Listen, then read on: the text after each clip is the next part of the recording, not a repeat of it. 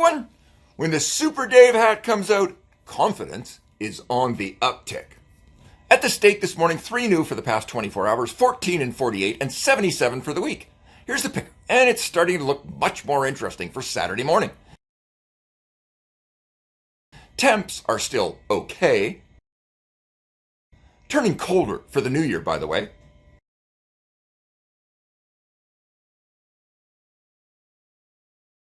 It still looks like most of the precip will fall during the day Friday, so we still have the tracking out the fresh before it can properly accumulate issue, if you know what I mean.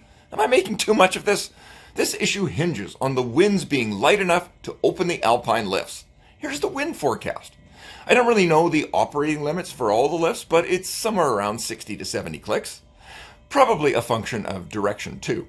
If I knew, I could study and tune the models to the operating limits of the lifts and produce an automated wind alert based on those criteria. That would be a modern approach to weather, just so you know. Here's the front at 4 a.m. this morning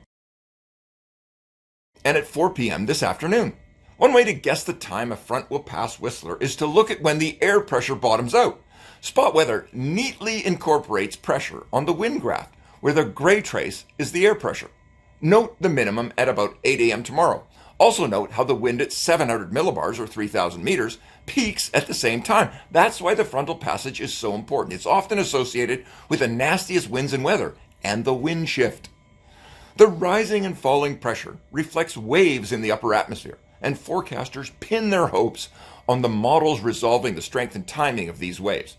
Often referred to as short waves, with practice you can quickly pick them out in the black contour lines of the 500 millibar forecast.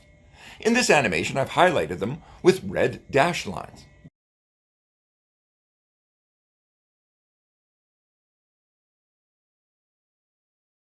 The blue curly slinky line identifies an upper ridge for New Year's Day, and I'm super confident the first day of 2023 is going to be spectacular because our models have been consistent in the strength and timing of this feature for several days now. Tomorrow's post may be delayed or missing entirely. This forecaster will be on the hill.